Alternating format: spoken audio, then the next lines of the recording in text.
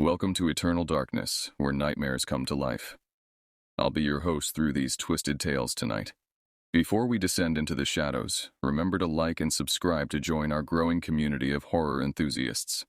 Get comfortable, turn down the lights, and prepare yourself as we begin our journey into the unknown.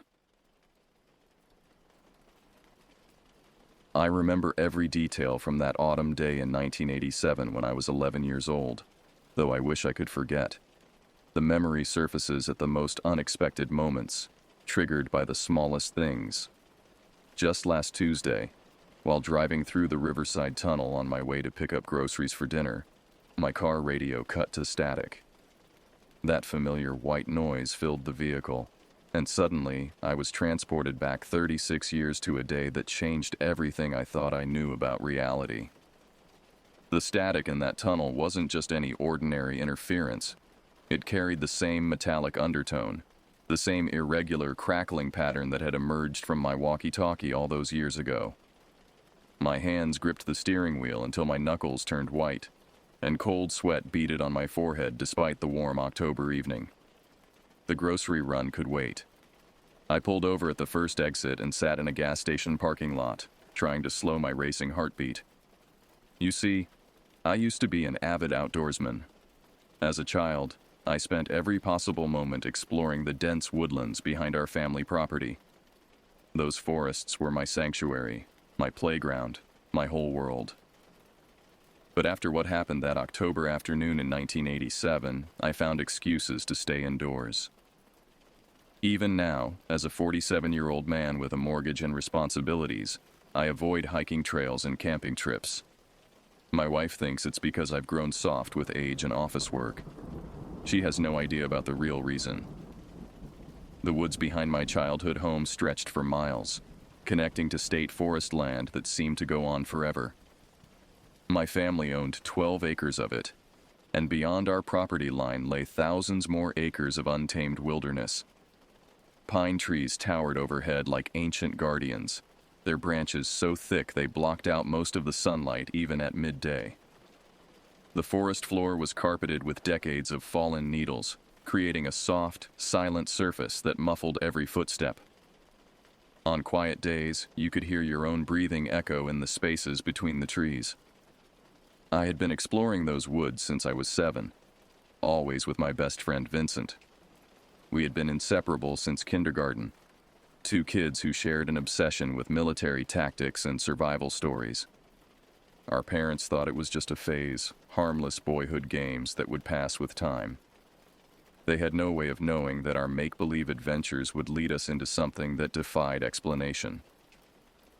That particular Saturday started like any other autumn weekend. The leaves had turned brilliant shades of orange and crimson, creating a canopy so beautiful it looked like something from a postcard. Vincent had slept over the night before, and we woke up early, eager to continue our ongoing military simulation game. We had spent weeks preparing for this mission, gathering equipment and planning our strategy with the seriousness of actual soldiers. Our gear was impressive for two 11-year-olds. We each carried military surplus backpacks filled with supplies, energy bars, water bottles, first aid kits, and compass. Vincent's older brother had given us a pair of Motorola walkie-talkies for Christmas, the kind with a 3-mile range and crystal-clear reception. We wore camouflage clothing purchased from the local Army surplus store, complete with face paint that made us feel like real commandos. The plan was simple. I would venture deep into the woods and establish a hidden position while Vincent attempted to track and capture me. We had played variations of this game dozens of times, but never this far from the house. Today, we decided to push deeper into the forest than we had ever gone before, into sections where the trees grew so thick that the canopy blocked out the sky completely. My mother packed us a lunch and reminded us to stay together, to check in every hour using the walkie-talkies, and to be back before dark. She had always been protective, but she trusted Vincent and me to look out for each other. We had never given her reason to worry before. We promised to be careful and headed out through the back door, military packs bouncing on our shoulders as we jogged toward the tree line. The morning air was crisp and clean, carrying the scent of decomposing leaves and pine sap. Squirrels chattered in the branches above us, and in the distance, we could hear the sound of a woodpecker working on a dead oak tree. Everything felt normal, peaceful even. There was no indication that this day would be any different from the countless others we had spent playing in these woods. Vincent and I reviewed our strategy one final time at the edge of the forest. I would have a 15-minute head start to find a hiding spot and radio my position using coded language we had developed. Then Vincent would begin his hunt, trying to locate and capture me before sunset. The rules were clear. Stay within a half-mile radius of the house, check in every 30 minutes, and abort the mission if either of us felt unsafe. We synchronized our watches, tested our radios one last time, and clasped hands in our secret handshake. "Good hunting," Vincent said with a grin. "You too," I replied, already planning my route into the deepest part of the woods. I ran through the forest with the confidence of someone who knew every tree, every rock, every hidden path.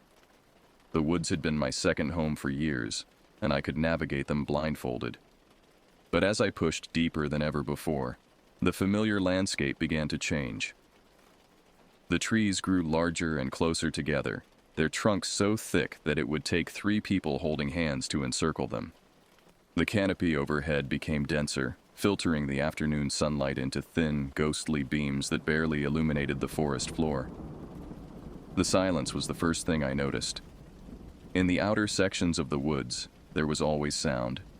Birds calling, insects buzzing, small animals rustling through the underbrush. But here, in this deeper section, an oppressive quiet hung in the air like a heavy blanket. Even my footsteps seemed muted, absorbed by the thick carpet of pine needles beneath my feet. I found the perfect hiding spot. A massive oak tree with low-hanging branches that formed a natural ladder. The tree was ancient, its trunk scarred with decades of weather and animal marks. I climbed 20 feet up and settled onto a thick branch that was easily wide enough to support my weight.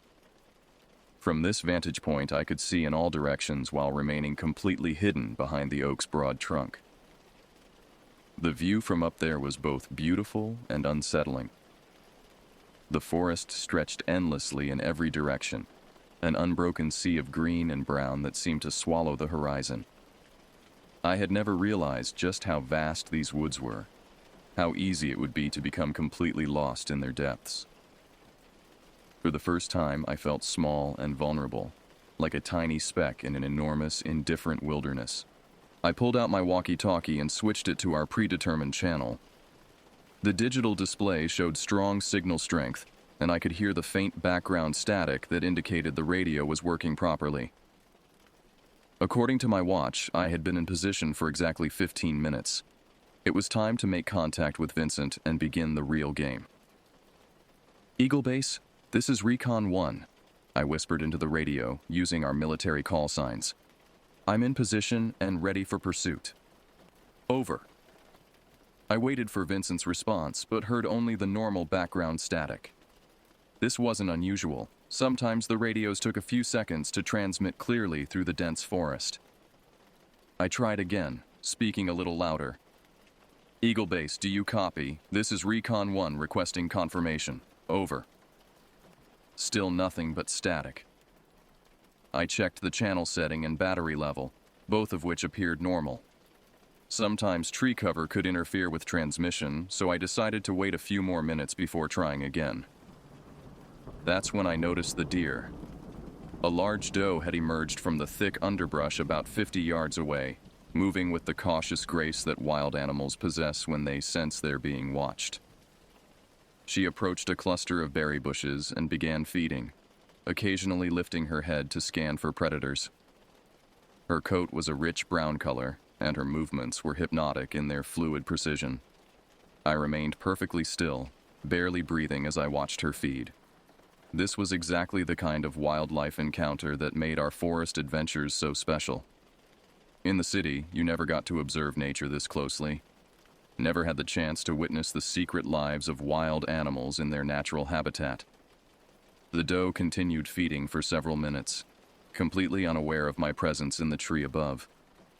I was so captivated by watching her that I almost forgot about the radio in my hand. But then something changed. The walkie-talkie in my lap suddenly erupted with the most violent static I had ever heard. It wasn't the gentle white noise of normal interference. This was a harsh, metallic screech that seemed to tear through the air like fingernails on a chalkboard. The volume was impossibly loud, far beyond the radio's normal output capacity. The sound was so jarring that I nearly lost my grip on the tree branch. The deer's head snapped up instantly, her large eyes wide with terror. She stared directly at my position in the tree, her ears twitching frantically as she tried to locate the source of the disturbing noise. For a moment, our eyes met across the distance, and I saw my own fear reflected in her dark gaze. Then she bolted, crashing through the underbrush with desperate urgency, her white tail flashing as she disappeared into the depths of the forest. I grabbed the radio and frantically tried to adjust the volume, but the controls seemed to have no effect. The static continued its assault, growing even louder and more distorted. Through the chaos of white noise, I began to hear something else. A low, rhythmic pulsing that reminded me of a heartbeat. The sound was organic, almost alive, and it filled me with a dread I couldn't explain. My hands shook as I checked the radio's settings again. I was definitely on the correct channel, the same frequency Vincent and I had used dozens of times before. The battery indicator still showed full power. There was no logical reason for this malfunction, no explanation for the horrible sounds pouring from the speaker. The static began to change, evolving into something that barely resembled normal radio interference. High-pitched whines mixed with low, rumbling tones, creating a symphony of electronic chaos that seemed to penetrate my skull and vibrate in my bones. I pressed my hands against my ears, but the sound seemed to come from inside my head as much as from the radio itself. Then, just as suddenly as it had begun, the static cut out completely. The silence that followed was even more unsettling than the noise had been. It wasn't just quiet. It was the complete absence of sound, as if someone had pressed a mute button on the entire forest. No wind in the trees, no insects buzzing, no birds calling in the distance. Even my own breathing seemed muffled and distant. I looked down at the radio in my trembling hands. The display still showed strong signal strength and full battery power. Everything appeared normal, but I knew something was terribly wrong. The silence stretched on, becoming more oppressive with each passing second. It felt like the forest itself was holding its breath, waiting for something to happen. In that absolute quiet, I heard it. A sound so low and guttural that I felt it more than heard it. It started as a barely perceptible rumble, like distant thunder, but gradually increased in volume and intensity. The sound had no identifiable source. It seemed to come from everywhere and nowhere at once, emanating from the very air around me. As the rumble grew louder, it began to take on a more defined shape. It was organic, breathing-like, but far too large and deep to come from any animal I knew. The sound filled the forest with its presence, making the trees themselves seem to vibrate in response.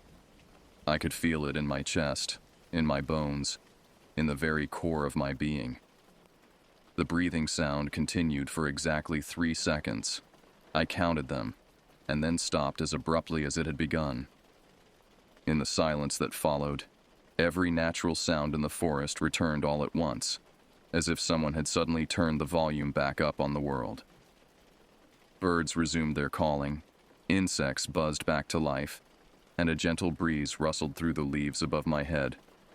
I didn't wait to analyze what had happened.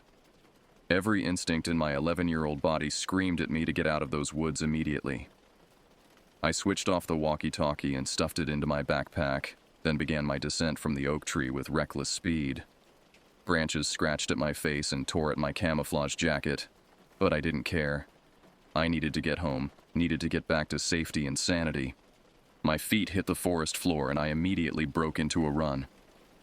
The trees that had seemed so familiar and welcoming just an hour earlier now appeared threatening and alien, Shadows that had once been comforting hiding spots now seemed to conceal unseen dangers.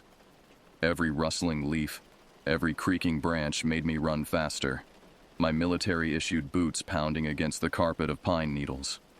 I had spent years learning the layout of these woods, memorizing landmarks and creating mental maps of every trail and stream. But now, in my panicked state, everything looked different. The trees seemed to have shifted positions. The paths appeared to lead in directions they never had before. What should have been a 15-minute jog back to the house became a desperate, disorienting flight through an increasingly unfamiliar landscape. My breathing came in ragged gasps as I pushed through thick clusters of undergrowth that I didn't remember encountering on my way in.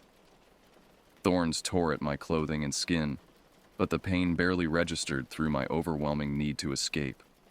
The forest seemed to be actively working against me, branches catching my backpack, roots trying to trip my feet, low-hanging limbs slapping at my face as I ran.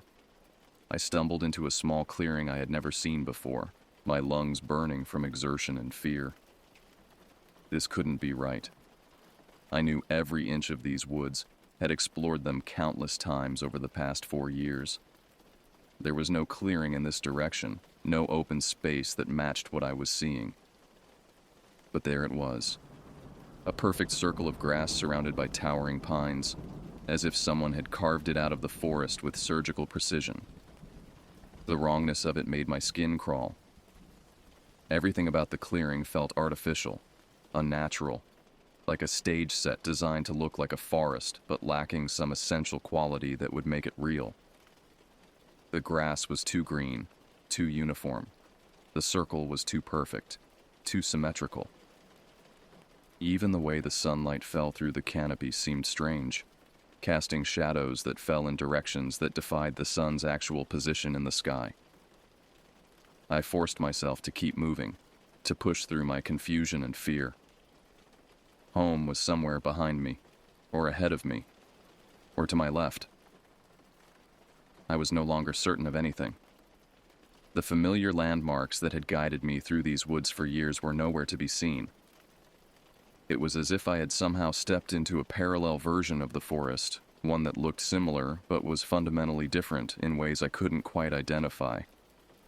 My watch showed that I had been running for over an hour, far longer than it should have taken to reach the house from my hiding spot. This was impossible. The distance from my oak tree to our back door was less than half a mile. I could cover that ground in 15 minutes, even at a casual walk. But according to my watch, I had been lost in the woods for more than 3 hours since starting my escape. When I finally burst through the tree line into our backyard, the sun was much lower in the sky than it should have been. The golden light of late afternoon slanted across the grass, creating long shadows that indicated evening was approaching. This couldn't be right. According to my calculations, it should still be mid-afternoon, barely past the time when Vincent would have started hunting for me. But there he was, standing in our backyard with my parents, all 3 of them turning toward me with expressions of relief and concern. My mother immediately ran to me, wrapping me in a hug so tight I could barely breathe. My father was on the phone with someone, speaking in the calm but urgent tone he used during emergencies. Behind them, I could see a police cruiser parked in our driveway, its red and blue lights creating a surreal light show against the approaching dusk. "Where have you been?" my mother demanded, her voice breaking with emotion. "We've been looking for you for hours. Vincent came back and said you never responded to his radio calls. We thought something terrible had happened." I stared at her in confusion, then looked at Vincent, who was standing a few feet away with his arms crossed and a strange expression on his face. He looked scared, but there was something else there too. Something that made me uncomfortable in a way I couldn't explain. "I was only gone for a little while," I protested, though even as I said it, I could see from their faces that this wasn't true. I was hiding in the oak tree waiting for Vincent to find me. The radio started making weird noises and then I came straight home. My father finished his phone call and approached me with the measured steps of someone trying to remain calm in a crisis. Son, you've been missing for over 4 hours. Vincent came back 3 hours ago saying he couldn't reach you on the radio. We've had police and volunteers searching the woods for you. 4 hours. The number hit me like a physical blow. I looked down at my watch, which clearly showed that exactly 4 hours and 23 minutes had passed since I first climbed the oak tree. But those hours felt like minutes in my memory. There was no way I had been in the woods that long. No way I had spent more than an hour running home through familiar terrain. The police officer approached and asked me a series of questions. Where had I been? Had I fallen and hit my head? Had I seen anyone else in the woods? Did I remember how I had gotten lost? I answered as honestly as I could, but my responses only seemed to deepen their concern. How could I have been lost in woods I knew better than my own bedroom? How could I have lost track of time so completely? Vincent remained unusually quiet during the questioning, responding only when directly asked about his side of the story. He confirmed that he had tried repeatedly to contact me on the radio, but had received no response. After an hour of failed attempts, he had returned to the house and alerted my parents. The police officer seemed satisfied with our explanations and left after reminding us to stay together and check in more frequently during future adventures. That night, after my parents had finished their lecture about safety and responsibility, Vincent and I sat in my bedroom trying to make sense of what had happened. But every time I tried to discuss the strange radio static or the lost time, Vincent would change the subject or claim he didn't remember details clearly. His behavior was oddly evasive, and for the first time since kindergarten, I felt like my best friend was keeping secrets from me. It wasn't until a week later that Vincent finally told me what had really happened during those missing hours. We were sitting in his treehouse, sharing a bag of Halloween candy we had bought with our allowance money. The autumn air was crisp and clean, and the afternoon sunlight filtered through the orange and red leaves surrounding us. It should have been a perfect moment of childhood friendship, but Vincent's confession turned it into something much darker. I need to tell you something about that day in the woods, he said, his voice barely above a whisper. Something I didn't tell your parents or the police. Something I didn't want to tell you, but I can't stop thinking about it. I set down my candy and gave him my full attention.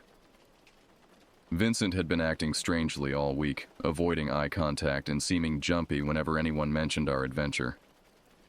I had assumed he was just shaken up by the search and rescue operation, but now I realized there was more to it.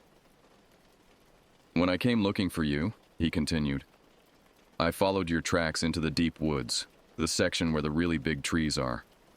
I kept calling your name and trying to reach you on the radio, but you never answered. I figured maybe you had gone farther than planned, so I kept following the trail. Vincent paused and took a shaky breath. In all the years I had known him, I had never seen him this scared. His hands were trembling as he reached for another piece of candy, and there was a haunted look in his eyes that made my stomach turn. That's when I saw you, he said. Or at least, I thought it was you. You were standing about 50 yards away with your back to me, wearing the same camouflage outfit, carrying the same backpack. I called your name and started running toward you, really excited that I had found you so quickly. I felt a cold dread settling in my stomach. I knew with absolute certainty that I had never seen Vincent in the woods that day. I had climbed my tree, experienced the radio static, and then run straight home. There had been no encounter, no meeting, no face-to-face contact between us. But when I called your name, Vincent continued, you took this huge step away from me.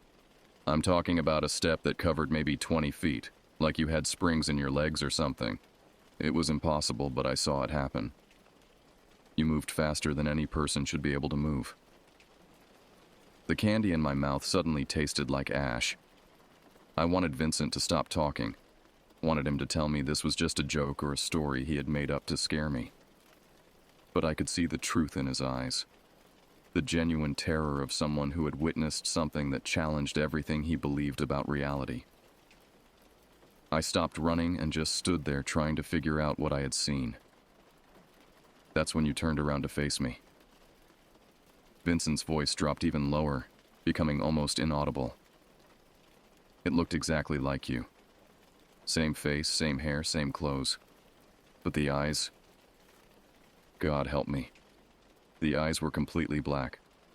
Not just the pupils, but the entire eye, like someone had filled them with ink.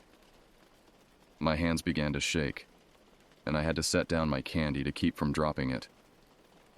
The description matched nothing from my own experience, but something about it felt sickeningly familiar, like a nightmare I couldn't quite remember having. This thing that looked like you just stood there staring at me with those black eyes. Then it smiled and waved, like it was greeting an old friend. But the smile was wrong, too wide, showing too many teeth. And the wave was mechanical, like someone who had seen people wave but didn't quite understand how to do it naturally. Vincent was crying now, tears streaming down his face as he relived the memory. I knew it wasn't really you, even though it looked exactly like you. Something inside me, some instinct, was screaming that this was wrong, that I needed to get away immediately, so I ran. I ran faster than I've ever run in my life, all the way back to your house. Did it follow you? I asked, though I wasn't sure I wanted to know the answer. I don't think so. I never looked back, never stopped running until I reached your backyard. When I got there, I was so scared and confused that I just told your parents you were lost and weren't answering your radio. I couldn't bring myself to tell them about whatever that thing was. We sat in silence for a long time, both of us trying to process the implications of what Vincent had seen. If his story was true, and I had no reason to doubt him, then something had been impersonating me in those woods. Something that could perfectly mimic my appearance but lacked human eyes and human mannerisms. That conversation with Vincent happened 36 years ago, but I remember every word as clearly as if it happened yesterday. We never told another soul about what he had seen, and we never went back into those deep woods together. Our childhood friendship continued, but it was forever changed by the knowledge that something unexplainable had occurred that October afternoon. Vincent and I are still in touch today, though we live in different states and only see each other every few years at high school reunions or mutual friends' weddings. We're both married now, with children of our own, leading normal suburban lives that couldn't be more different from our adventure-seeking childhoods. But every time we talk, there's an unspoken understanding between us, a shared secret that binds us together across decades and distance. Neither of us has ever found a satisfactory explanation for what happened that day. We've discussed it in countless phone calls over the years, analyzing every detail, proposing theories that range from the plausible to the absurd. Was it some kind of optical illusion? A case of mistaken identity? A psychological episode brought on by fear and confusion? Or was it something genuinely paranormal, something that exists outside the boundaries of accepted reality? The lost time remains equally mysterious. How did I lose 4 hours while experiencing only 30 minutes of subjective time? How did I become so thoroughly disoriented in woods I knew intimately? Why do I have no memory of the encounter that Vincent described, no recollection of the impossible movements and black eyes he witnessed? Over the years, I've researched similar experiences, searching online forums and paranormal databases for stories that might provide answers. I've found accounts of doppelgangers, time slips, missing time phenomena, and encounters with beings that can perfectly mimic human appearance. Some of these stories are clearly fictional. Others seem like genuine experiences that defied rational explanation. But none of them provided the clarity I was seeking. My parents still live in the same house where I grew up, though they're in their 70s now and spend most of their time indoors. The woods behind their property remain largely unchanged, still stretching for miles into the state forest beyond. On my rare visits home, I sometimes stand at the edge of the tree line and stare into the green depths, wondering if whatever Vincent saw is still out there, still waiting in the shadows between the ancient trees. Part of me wants to go back, to hike deep into those woods and search for answers to questions that have haunted me for decades. I've told myself that as an adult, armed with modern technology and a lifetime of experience, I could finally solve the mystery of that October day. But every time I consider actually doing it, I remember Vincent's description of those black eyes and that too wide smile, and I find reasons to stay away. My own children are young now, 8 and 10 years old, with the same sense of adventure that Vincent and I once possessed. They love to explore and play outside, to build forts and create elaborate games of imagination. But I've made sure we live in a subdivision with small, manageable yards and no access to deep wilderness. I tell my wife it's for safety reasons, that children today face too many dangers to be allowed to roam freely. She agrees, never suspecting that my real fear isn't human predators or natural hazards, but something far stranger and more troubling. Sometimes, late at night when the house is quiet and my family is asleep, I take out my old walkie-talkie and turn it on. I've kept it all these years, though I'm not sure why. The battery compartment is corroded now, and the antenna is bent from decades of storage in various closets and basement boxes. But occasionally, when the mood strikes me and my curiosity overcomes my fear, I switch it to that old channel and listen to the static. Most of the time, it's just normal radio interference, the familiar white noise of empty frequencies and distant transmissions.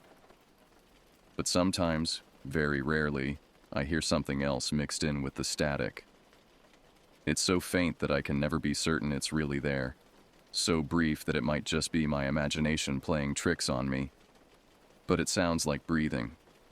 Slow, deep, rhythmic breathing that reminds me of that terrible sound I heard 36 years ago in the depths of the forest.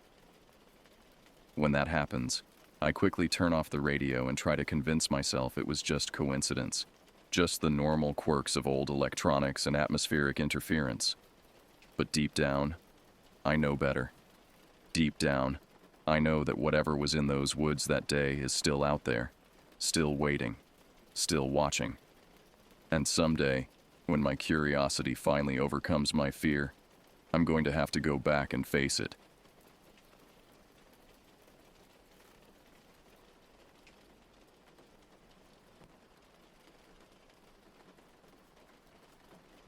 I felt the biting wind lash across my face as I stepped out of my truck at the ranger station. The pre-dawn air carried a bitter chill that seemed to whisper warnings through the towering pines surrounding the outpost. My name is Alex Reeves, and on that morning in October 2015, I had no idea that my life would forever be changed by what awaited in the dense wilderness of Cebolla National Forest. The call had come just after 4 a.m., jarring me from a restless sleep. The dispatcher's voice was tense, clinically professional but unable to mask a tremor of concern that immediately set me on edge. "We've got a possible Code 16 near the Eastern Ridge Trail," she said. Campers reported finding a destroyed campsite with signs of violence. "Animal attack?" I asked, already pulling on my boots. A pause. They weren't sure. Said it looked wrong. Too deliberate.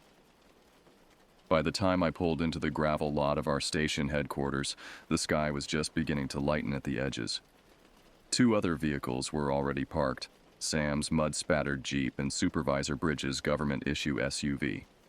I grabbed my pack from the passenger seat and hurried inside.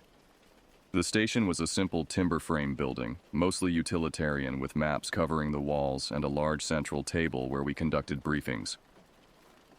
The fluorescent lights cast harsh shadows across the room, making the concerned faces around the table look gaunt and severe. Sam Morrison nodded as I entered. She was relatively new to search and rescue, only about 8 months in, but she'd proven herself capable in several difficult operations. Her usual easygoing demeanor was replaced by a tight-lipped expression as she studied a topographical map spread out on the table. "Alex," Supervisor Bridges acknowledged me with a grim nod. He was a seasoned veteran of the Forest Service with 20-plus years under his belt. His weathered face told stories of countless rescues, though I'd never seen him look quite this unsettled. "Glad you made it. We're heading out as soon as Kit arrives." What are we looking at? I asked, setting my pack down and joining them at the table. Bridges pushed a printed sheet toward me. Missing hiker. Brian Vasquez, 41, from Albuquerque. Experienced outdoorsman with multiple solo hikes in his history. Family reported him overdue yesterday evening when he missed his check-in call. I scanned the paper. Average height and build, dark hair, full beard, the usual equipment list for a 3-day solo trek. So what's got everyone looking like they've seen a ghost? I asked, trying to lighten the mood. Sam didn't smile. Instead, she turned her phone toward me. Campers sent these to dispatch before we lost contact with them. The first photo showed a campsite in complete disarray. Not the kind of mess a bear might make while searching for food, but something more systematic and disturbing. The tent had been shredded, not torn or clawed, but precisely cut into ribbons. Equipment was scattered in an almost deliberate pattern. The second photo made my stomach clench. A hiking boot, split open like a cracked egg, with dark stains soaking into the surrounding dirt. Jesus, I muttered. The couple who found this said they heard something moving in the brush while they were taking these pictures, Sam continued. They tried to call it in directly from the site but lost signal. They hiked back to their car and drove to the ranger station at Sandoval Ridge to report it in person. The door swung open, bringing a gust of cold air as Kit Chen, our medical specialist, hurried in. He nodded to us, already suited up in his gear. Sorry I'm late. Had to grab extra supplies. He patted his oversized medical pack. Based on the report, I thought we might need the trauma kit. Bridges nodded. All right, team. Here's what we know. Brian Vasquez was last seen 3 days ago at the East Ridge trailhead. His planned route would have taken him along this ridge. He traced a line across the map, with his campsite scheduled for this clearing near Blackwater Creek. Sam pointed to a spot about 2 miles northeast of the marked campsite. This is where the destroyed camp was found. Off his intended route, I noted. Yes, Bridges confirmed. Which either means he changed plans, got lost, or someone or something moved him. Kit finished quietly. The implication hung in the air, nobody wanting to address it directly. In my 2 years with search and rescue, we dealt with animal attacks, exposure deaths, even the occasional suicide. But this felt different. The deliberate nature of the destruction in the photos suggested something more calculated. The local sheriff has been notified, Bridges continued. They're sending a deputy to coordinate, but they're short-staffed with that multi-car accident on the highway. For now, it's just us. We move in pairs, radio check-ins every 15 minutes. If you spot anything unusual, and I mean anything, you call it in immediately. We gathered our equipment, checking batteries and radios and flashlights. I secured my sidearm in its holster, standard issue for potential wildlife encounters, though I'd never needed to draw it outside of training. Alex, you're with Sam, Bridges directed. Kit and I will approach from the north side. If this is a wildlife situation, we need to be prepared for an injured hiker and possible predator tracking. As we loaded into the vehicles, the sun finally crested the mountain ridge, painting the forest in deceptively peaceful golden light. Sam slid into the passenger seat beside me, her expression tense but resolute. What do you think happened out there? She asked as we pulled onto the access road that would take us to the trailhead. I kept my eyes on the winding road, watching for ice patches in the early morning shadows. Probably a mountain lion. Maybe a bear, though they should be preparing to den up this time of year. Those pictures didn't look like any animal attack I've ever seen, Sam said quietly, staring out at the passing trees. I didn't respond. She was right, and we both knew it.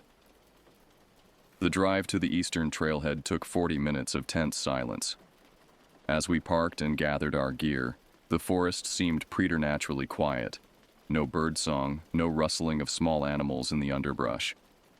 Just the occasional moan of wind through the pines and the crunch of our boots on frost-covered ground. Stay close, I told Sam as we started down the trail, following Bridges and Kit. Keep your eyes and ears open. Something about the silence of the forest made the hair on the back of my neck stand up. Whatever had happened to Brian Vasquez, I had a sinking feeling we were walking straight toward it. The trail narrowed as we pressed deeper into the forest, the packed dirt path giving way to rocky terrain dotted with twisted roots and slippery patches of fallen pine needles. Our breath formed clouds in the cold morning air as we followed Bridges' lead, carefully marking our position on GPS units as we moved. 2 miles to the reported site, Kit said, checking his device. Should reach it in about 40 minutes at this pace. The further we hiked, the more oppressive the silence became. Cibola National Forest was typically alive with sound, birds calling, squirrels chattering, the distant yip of coyotes. Today there was nothing but the whisper of the wind and the crunch of our footsteps. "It's too quiet," Sam murmured, echoing my thoughts. "Where are all the animals?" "Maybe they sense something we don't," I replied, trying to keep my voice level. "Wildlife has better instincts than we do." Sam nodded, but drew closer to me as we walked. I didn't blame her. The absence of sound was more unnerving than any noise could have been. About a mile in, Bridges stopped abruptly, crouching to examine something on the ground. We gathered around him, looking at what had caught his attention. A single hiking boot print pressed into a patch of mud, accompanied by strange, elongated marks on either side. "That's odd," Kit said, bending closer. "Those look almost like drag marks?" Bridges ran his fingers along the impression without touching it. "Could be someone using hiking poles, but the pattern is wrong. And look at the depth of this print. It's deeper than it should be, even accounting for the mud." "Like he was carrying something heavy," I suggested. "Or being pulled down." We all exchanged uneasy glances. Bridges took a photo of the print and marked the location on his GPS. "Keep moving, but stay alert," he instructed.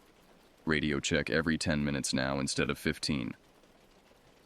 As we continued, similar prints appeared with increasing frequency.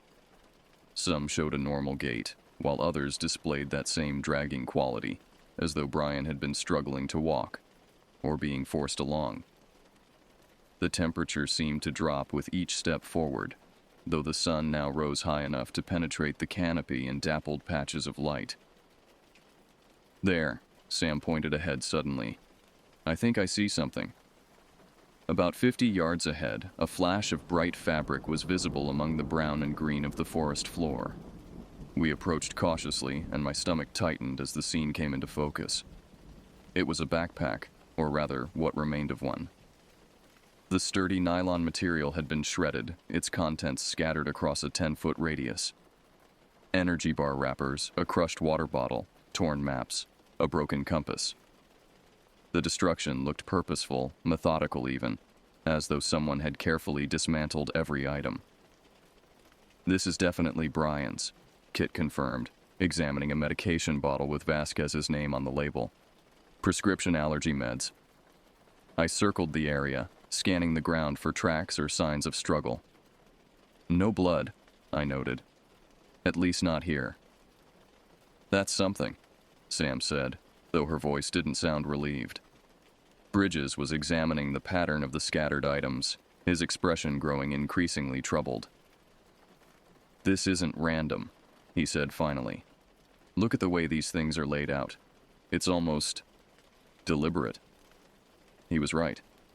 The items formed a rough circle, with the shredded backpack at its center. Not the chaotic scatter of an animal rummaging for food, but something more intentional. "What would do this?" Sam asked, her voice barely above a whisper. No one answered. There was no good answer to give. Kit knelt to examine a torn jacket, holding it up to show long, clean cuts along the seams. These weren't torn. They were cut, with something sharp. A cold knot formed in my stomach. "So we're not looking for an animal." "I didn't say that," Kit replied, his eyes meeting mine with an unspoken concern. Bridges keyed his radio. Base, this is Search Team 1. We've located the hiker's belongings at coordinates Echo 357. No sign of the subject yet, but evidence of unusual activity. Request Sheriff's Deputy expedite to our location. The radio crackled with static before the response came through. Copy that, Search Team 1. Sheriff's Department advises Deputy is delayed. ETA now approximately 2 hours. Proceed with caution. Bridges grimaced. Copy. We'll update as situation develops. Out. He turned to us. We continue the search, but we stay together now. No splitting up. The campsite should be about half a mile ahead according to the camper's report, I said, checking my map. Then that's where we're headed, Bridges decided. Pack up anything with identifying information for the investigation. Leave the rest as is for the Sheriff's Department. We collected Brian's ID, his medication, and a few personal items before continuing along the trail. The atmosphere had shifted from professional concern to a creeping dread that none of us wanted to acknowledge. Whatever had happened here went beyond the usual mishaps we dealt with in search and rescue. The path began to slope downward, leading us into a shallow ravine where the trees grew denser and sunlight struggled to penetrate the thick canopy. The temperature dropped noticeably as we descended, our breath now forming thicker clouds in the air. Should be just ahead, Kit murmured, checking his GPS. We rounded a bend in the trail and stopped abruptly. The ravine opened into a small clearing, and in its center stood what remained of a campsite. Though remained was perhaps too generous a word. The tent lay in ribbons, the fabric shredded with the same careful precision we'd seen on the backpack. The aluminum poles had been bent and twisted into unnatural angles, some driven into the ground like stakes. A sleeping bag had been meticulously unzipped and then cut along its seams, spread out on the ground like a dissected specimen. Cooking utensils were arranged in a perfect line, ordered by size. But it was the blood that commanded our attention. Dark stains splattered across the clearing in no natural pattern, some of it soaked into the ground, some of it smeared in strange angular marks on the surrounding tree trunks. That's not animal behavior, Sam said, her voice tight. Bridges drew his sidearm. Everyone stay alert. Kit, can you determine if this blood is fresh? Kit approached cautiously, kneeling beside one of the larger stains. He carefully touched a gloved finger to the edge. Tacky, not completely dried. Within the last 24 hours, I'd say. I scanned the tree line, suddenly acutely aware of being watched. The feeling was so intense I nearly drew my weapon, but there was nothing visible among the shadowed pines. Look, Sam pointed to the ground at the far edge of the clearing. Tracks. We crossed to her position, careful not to disturb any potential evidence. 2 sets of footprints led away from the camp, one clearly made by hiking boots, Brian's presumably, and another set alongside them that made my skin crawl. The second set of prints wasn't human, nor did they match any wildlife I'd encountered in my years of backcountry work. They were elongated with strange protrusions at what would be the toe area, and they pressed unusually deep into the soil, suggesting significant weight. Most disturbing was their gait. The stride was too long, the placement too precise. What the hell made these? I muttered. Bridges studied them intently. I don't know, but they're leading away from the camp. And if Brian was with whatever made them, that's the direction we need to go. Are you sure? Sam asked, unable to hide the apprehension in her voice. Our job is to find Brian, Bridges replied firmly. Whatever did this, we'll deal with that when we have to. I nodded, though my instincts screamed at me to turn back. They're heading northeast, toward Blackwater Creek. Then so are we, Bridges decided. Weapons ready, formation tight. Alex, you take point. Kit, you're on medical standby. Sam, keep your eyes on our 6. As we followed the tracks away from the destroyed camp, I couldn't shake the feeling of wrongness that permeated the forest. The wind had picked up, carrying a sour metallic scent that caught in the back of my throat. Above us, dark clouds gathered, promising an early dusk, and the possibility of snow.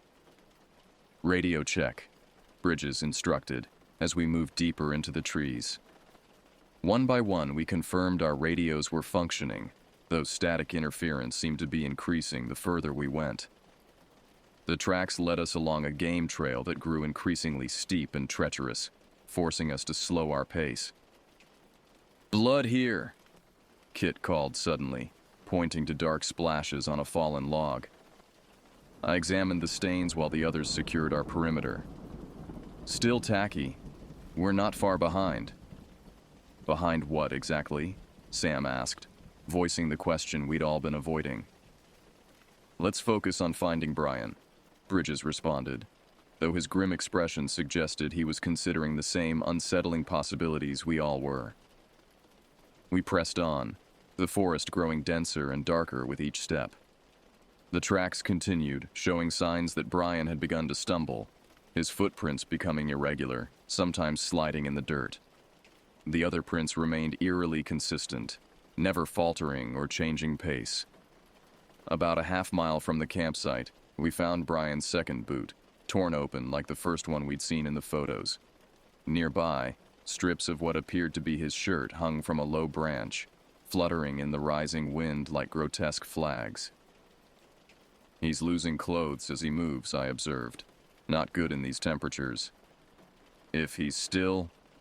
Sam started, but cut herself off. "He's still alive until we know otherwise," Bridges stated firmly. "That's how we operate." A faint sound reached us then, so subtle at first that I thought I'd imagined it. But when I raised my hand for silence, the others heard it too. A scraping noise, like something heavy being dragged across stone, coming from somewhere ahead. "Move," Bridges whispered. "Carefully." We advanced through the underbrush, no longer following the trail but moving toward the source of the sound. It grew louder, interrupted occasionally by a wet, grinding noise that set my teeth on edge. As we approached a dense thicket of young pines, the sounds abruptly stopped. Complete silence fell once more, but this time it felt expectant, as if the forest itself were holding its breath. "Something's there," Kit mouthed silently, pointing toward the thicket. I raised my weapon, focusing on the shadows between the trees. For a long moment, nothing moved. Then, almost imperceptibly, a shadow shifted.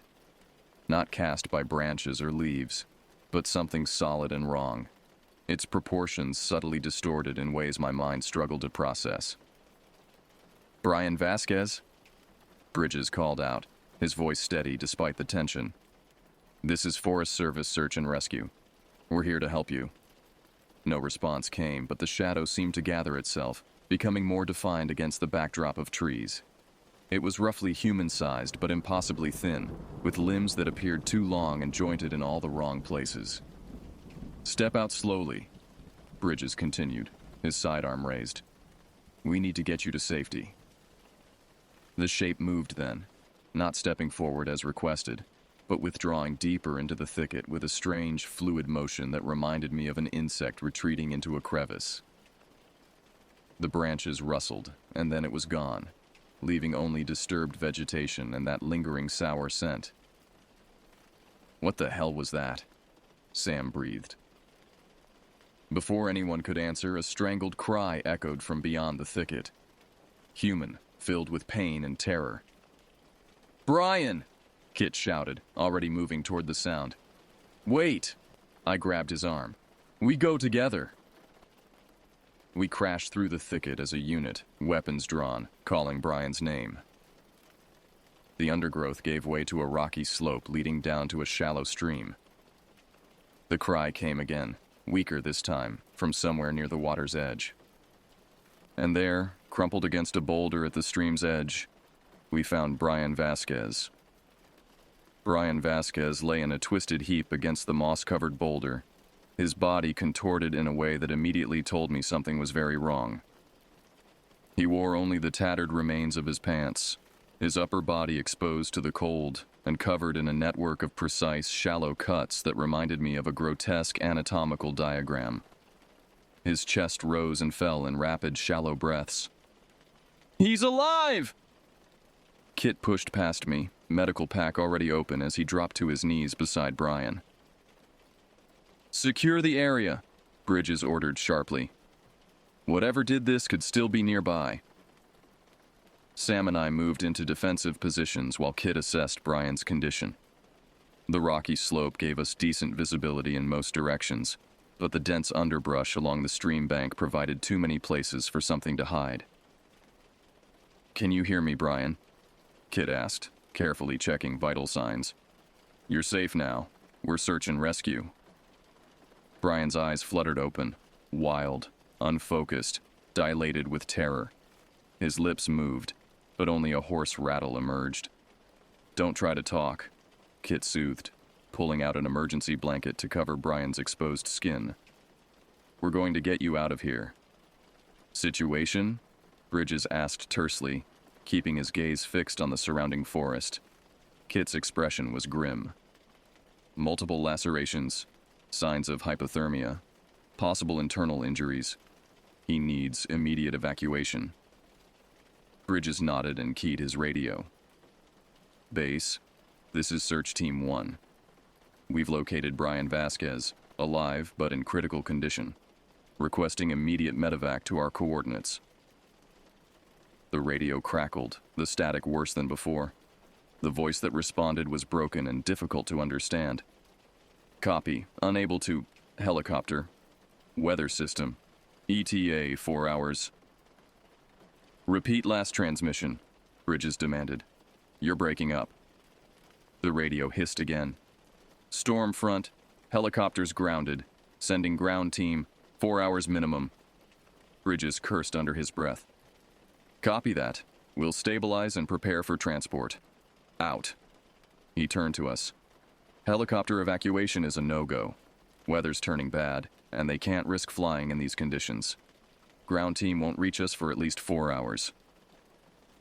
"He might not have 4 hours," Kit said quietly, continuing to work on Brian's injuries. I scanned the darkening sky visible through the canopy. Heavy clouds had rolled in, and the temperature was dropping rapidly. "We need to move him to a more defensible position and set up emergency shelter." "Agreed," Bridges nodded. "There's a Park Service cabin about a mile northeast of here. Basic supplies, solid walls. If we can get him there, we stand a better chance of keeping him stable until help arrives." Brian suddenly seized Kit's wrist with surprising strength, his eyes clearing momentarily. "Not human," he rasped, his voice barely audible. "It... studies." "Save your strength," Kit urged, gently trying to loosen Brian's grip. But Brian was desperate to communicate. "Watches, learns, takes apart to understand." A chill ran through me that had nothing to do with the cold. "What takes apart, Brian?" I asked, moving closer. "What did this to you?" His eyes locked onto mine with terrifying lucidity. Shadow, wrong angles, patient hunter. His gaze darted to the trees behind me. Still, watching. I spun around, scanning the forest edge, and for a brief moment I could have sworn I saw that same distorted silhouette from before, a too thin figure with 2 long limbs, observing us from the shadows between distant pines. When I blinked, it was gone. "We need to move, now," I said, turning back to the others. "Can we transport him?" Kit nodded reluctantly. "If we're careful. I've stabilized the worst of the bleeding, but he has multiple fractures and possible spinal injuries." "We'll use the collapsible stretcher," Bridges decided. "Sam, Alex, help Kit prepare him for transport. I'll keep watch." We worked quickly, securing Brian to the lightweight emergency stretcher from Kit's pack. Each movement drew pained gasps from him, despite Kit's administration of the strongest painkillers in our medical kit. As we prepared to move, Brian drifted in and out of consciousness, occasionally muttering fragments that made little sense but raised the hairs on my arms. Methodical, curious, not hunting for food. Conserve your energy, Kit told him each time, checking his pulse with increasing concern. With Brian secured, we began the difficult task of carrying him across the uneven terrain. Bridges took the lead, with Sam and me carrying the stretcher, and Kit following close behind, continuously monitoring Brian's condition. The going was slow and treacherous, the path climbing steeply away from the stream before leveling out into denser forest. About 20 minutes into our journey, a low, guttural sound stopped us in our tracks. Not quite a growl, not quite a mechanical whine, but something unsettlingly between the two. It seemed to come from everywhere and nowhere at once. "Move faster," Bridges ordered quietly. We picked up our pace as much as the rough terrain would allow, the weight of the stretcher digging into my shoulders and arms. The forest around us had grown noticeably darker as the storm clouds thickened overhead, and an oppressive stillness had fallen, broken only by our labored breathing and the occasional moan from Brian. The cabin appeared ahead just as the first fat snowflakes began to fall. A simple wooden structure nestled among the pines, used mainly by Forest Service personnel during surveys and maintenance operations. Bridges hurried ahead to clear the building while Sam and I waited with Kit and Brian. "Clear," Bridges called after a moment, and we rushed forward, carefully maneuvering the stretcher through the narrow doorway. The interior was basic but sufficient: a wood stove, 2 bunks, a table with chairs, and cabinets stocked with emergency supplies. We transferred Brian to one of the bunks while Kit immediately resumed treatment, pulling additional supplies from the cabin's first aid kit. "Sam, get a fire started," Bridges directed. "Alex, help me secure the perimeter." I followed Bridges outside, where the snow was beginning to fall more heavily.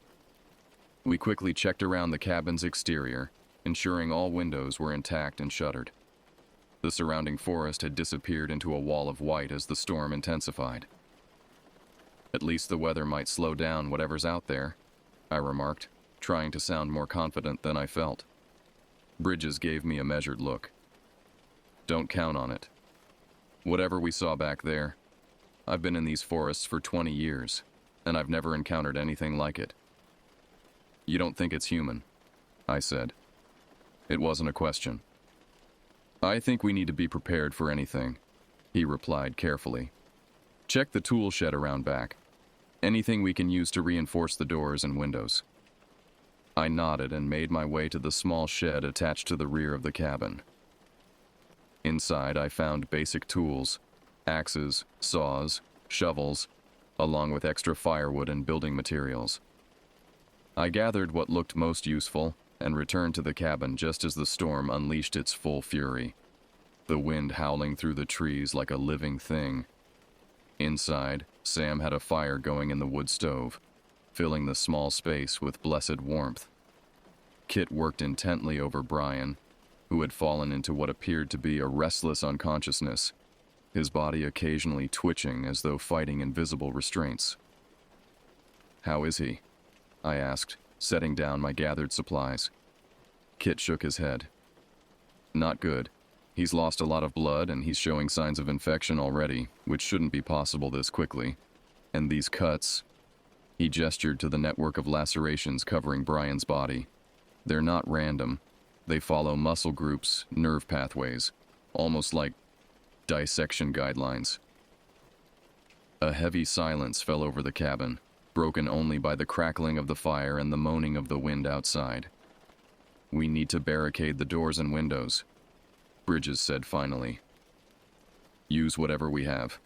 That thing could still be tracking us." We set to work, using the tools and materials I'd gathered to reinforce the cabin's weak points. The single door received most of our attention.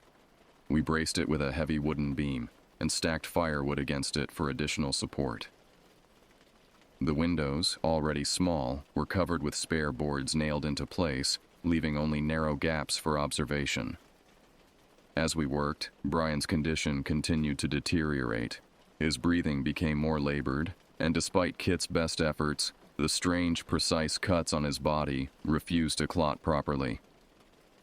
"He's trying to say something," Sam called suddenly. We gathered around the bunk where Brian had regained a moment of consciousness, his eyes glassy but determined as he struggled to form words. "It learns," he managed, each word clearly causing him pain. "Not killing, studying." "What is it, Brian?" I asked gently. "What's out there?" His eyes found mine, filled with a terrible clarity. "Wrong. Shape. Human, but wrong. Been watching. Campers, hikers, learning. I was first it caught." A violent shudder ran through his body, and Kit quickly administered another dose of medication. "Rest now," Kit urged. "Help is coming." Brian's hand shot out, grabbing Kit's sleeve. "No, listen, it copies. Better each time. First attempts, clumsy. But it learns fast." "Copies what?" Bridges asked, leaning closer. "Us," Brian whispered, his voice fading. "Our shape, our movements. Getting better." His hand fell away as unconsciousness claimed him once more, leaving us to exchange troubled glances in the firelit cabin. "He's delirious," Sam suggested, though she didn't sound convinced. "Maybe," Bridges replied. "But something did this to him. Something that left tracks unlike any animal I've ever seen." A sudden thump against the outer wall made us all jump. We froze, listening intently as the sound came again, a deliberate impact, followed by a slow, scraping noise that traveled around the perimeter of the cabin. "It found us," Kit whispered. Bridges drew his sidearm, motioning for me to do the same. "Sam, stay with Kit and Brian. Alex, with me." We moved to the nearest window, peering through the narrow gap between the boards. The storm had intensified into a full blizzard, visibility reduced to swirling white just a few feet beyond the glass. Another thump came, this time from the opposite wall. "It's testing our defenses," I realized aloud. "Methodically." "Or trying to draw us out," Bridges countered, moving to check another window. The scraping continued, circling the cabin with deliberate slowness. When it reached the door, it stopped. For several long moments, nothing happened. Then came a new sound, a light rapping, almost like knuckles against wood, in a perfect imitation of a human knock. Sam stifled a gasp. None of us moved. The knocking came again, followed by something that turned my blood to ice. A voice, halting and wrong, like someone learning to speak for the first time. "Help. Me. Cold. Out here." The voice was almost human, but with subtle distortions that made it profoundly unsettling. Vowels held too long, consonants clicked too sharply. "Is anyone there? Need help?" "It's mimicking," Kit whispered, using language it's heard. Bridges positioned himself by the door, weapon raised. No one responds. No one moves. The thing outside tried again, its voice subtly closer to natural human speech. "Search and rescue. Found me." Brian stirred on his bunk, agitated even in unconsciousness. Outside, the scraping resumed, moving away from the door and toward one of the shuttered windows. A shadow passed across the narrow gap, momentarily blocking the swirling snow from view. "It's trying to find a way in," I murmured, keeping my voice barely audible. For the next hour, we remained in tense silence as the entity circled the cabin, occasionally testing different entry points with increasing force. The attempts seemed less random over time, focusing on the structurally weaker areas we'd reinforced. Its learning curve was disturbingly rapid. During a brief lull in the entity's movements, Bridges attempted to reach base camp on the radio again. The storm interference was worse, but we managed to confirm that a ground team was still en route, though the blizzard was slowing their progress significantly. "ETA now 6 to 7 hours, Bridges informed us grimly. "We're on our own until dawn, at least." As night fell completely, the cabin grew colder despite the fire. We took turns watching the windows and tending to Brian, whose condition continued to worsen. Around midnight, the scratching and thumping suddenly ceased. The silence that followed was almost more unnerving than the sounds had been. "Did it leave?" Sam whispered after nearly 30 minutes of quiet. "I doubt it," I replied, peering through a gap in the window boards. The storm had begun to ease, the snow falling more gently now, allowing glimpses of the moonlit clearing around the cabin. "It's too deliberate, too patient. Maybe it's waiting for us to lower our guard," Kit suggested, replacing the cold compress on Brian's forehead. As if in response to his words, a new sound emerged from the darkness outside. A wet, grinding noise followed by a series of clicks that reminded me unsettlingly of bones being snapped and reassembled. It came from directly beneath the cabin's raised foundation. "It's under us," Sam breathed, her eyes wide. The floorboards creaked as something heavy moved beneath them, testing the underside of the cabin. We backed away from the sound, gathering protectively around Brian's bunk. "Options?" I asked Bridges, keeping my voice steady. "We hold position," he replied firmly. "Cabin's built on a solid foundation. It can't get through from below without tools." But even as he spoke, a splintering crack came from near the wood stove, and a floorboard visibly shifted upward, as if being pushed from below. Another board groaned nearby, then another. "It's stronger than it looks," Kit observed, his professional calm beginning to fray at the edges. Bridges made a quick decision. "Move Brian to the corner away from the floor disturbance. Sam, Kit, stay with him. Alex with me." We repositioned as directed, dragging Brian's bunk to the farthest corner, while Bridges and I took up defensive positions facing the buckling floorboards. The wood stove sat on a stone hearth, preventing access in that immediate area, but the surrounding floorboards continued to shift and crack. Suddenly, the pressure stopped. Complete silence fell once more, stretching for several agonizing minutes. "Maybe it," Sam began, but was cut off by a tremendous crash as something slammed into the roof above us. Dust and debris showered down as the impact reverberated through the cabin's structure. A second crash followed, then a third, each one more forceful than the last. The roof beams groaned under the assault. "It's trying to come through the roof now," I said, aiming my weapon upward. "Smart," Bridges muttered. "We reinforced the walls and floor but couldn't reach the roof."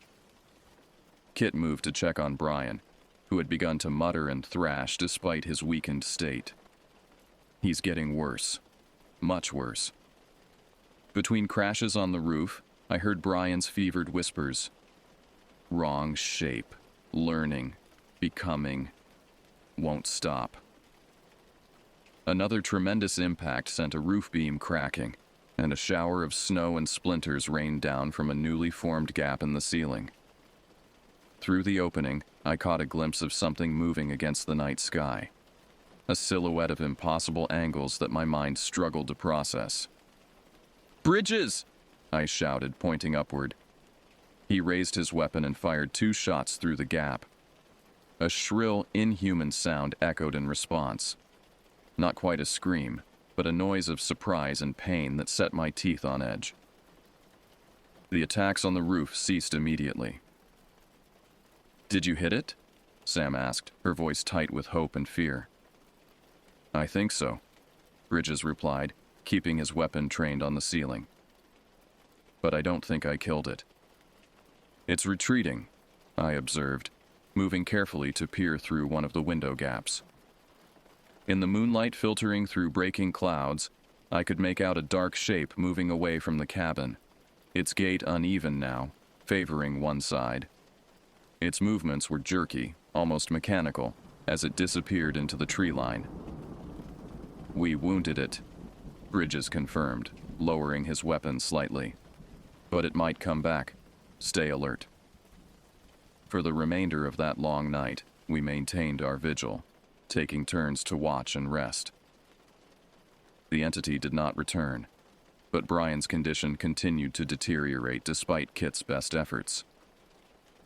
By dawn, he had fallen into a coma-like state, his breathing shallow and irregular. The storm cleared with the morning light, revealing a landscape transformed by nearly 2 feet of fresh snow. Bridges made radio contact with the ground team, who reported they were less than an hour away. The news should have been a relief, but Brian's labored breathing told us he might not have even that long. As the sun rose higher, casting long shadows through the trees, I stood at the window, scanning the forest edge for any sign of our nocturnal visitor. The pristine snow showed no tracks. Either it hadn't returned, or it had found ways to move without leaving evidence. "Movement at the tree line," Sam called suddenly, pointing to the northeast corner of the clearing. We tensed, weapons ready, but the figures that emerged from the forest were unmistakably human. The ground rescue team, 5 strong, making their way through the deep snow toward the cabin. "They made it," Kit breathed, the relief evident in his voice. Bridges radioed to confirm their identity, and moments later we were helping them through the door, explaining the situation in urgent tones as they set up emergency medical equipment. The team's senior paramedic took one look at Brian and immediately called for a priority evacuation. "He's going into systemic shock. We need to get him to the hospital immediately." As they prepared Brian for transport, I pulled Bridges aside. "What do we tell them about what we saw?" Bridges glanced at the rescue team, then back to me. "The truth. Something attacked our hiker and then came after us. We wounded it, and it retreated." He paused. "But we keep our speculation to ourselves for now. Let the sheriff's department investigate." I nodded, though the decision sat uneasily with me. Whatever had stalked us through the forest, whatever had systematically cut and studied Brian Vasquez, was still out there. And based on what we'd witnessed, it was learning, adapting, becoming more dangerous with each encounter. As we emerged from the cabin into the bright morning light, I couldn't shake the feeling that we were being watched from the distant trees. The Forest Service would investigate, of course. They might even close this section of the park temporarily. But eventually, hikers would return, campers would pitch their tents, and whatever hunted in these shadows would be waiting, patient, curious, and getting better at pretending to be human with each passing day. The extraction team worked with practiced efficiency, transferring Brian onto their specialized stretcher while their lead paramedic, a stone-faced woman named Joanna, established an IV line and monitored his vitals. The rest of us gathered our equipment and prepared to leave the cabin that had been both our prison and salvation through the long night. "Blood pressure's dangerously low," Joanna announced, her voice clinically detached. "Pulse irregular. Let's move quickly, people." Outside, the morning revealed the full extent of the storm's impact. Pristine snow blanketed the clearing around the cabin, untouched except for the rescue team's approach trail. The forest beyond stood silent and watchful, the trees heavy with white. "Any sign of whatever attacked him?" asked Mike, one of the rescue team members, as he helped secure Brian to the stretcher. "Not since last night," Bridges replied carefully. "But stay alert. We're not certain it's gone." I scanned the tree line as we stepped away from the cabin, searching for any disturbance in the perfect white landscape. Nothing moved except occasional clumps of snow falling from overburdened branches.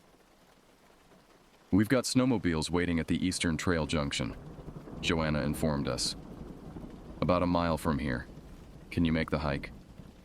We nodded, though exhaustion weighed heavy on all of us after the sleepless night. The rescue team had brought additional equipment, snowshoes, energy packs, and 2 rifles that they distributed without comment. Whatever Bridges had told them over the radio had clearly conveyed the seriousness of our situation. Our journey back was slow and tense, with 2 team members carrying Brian's stretcher, while the rest of us formed a protective perimeter. The deep snow made progress difficult, and Brian's condition required frequent stops for Joanna to check his status and adjust medications. "Did you get a good look at it?" Mike asked me quietly during one such pause, his eyes constantly scanning the surrounding forest. Whatever did this to him? I hesitated, unsure how to describe what we'd seen. Not clearly, it moved fast, stayed in the shadows. Bear? Mountain lion? I shook my head. Neither. Something different. Mike's expression tightened, but he asked no further questions. The unspoken fear that had gripped our group now extended to the rescue team, their experienced eyes catching the unusual damage to the cabin's roof and the strange pattern of Brian's wounds.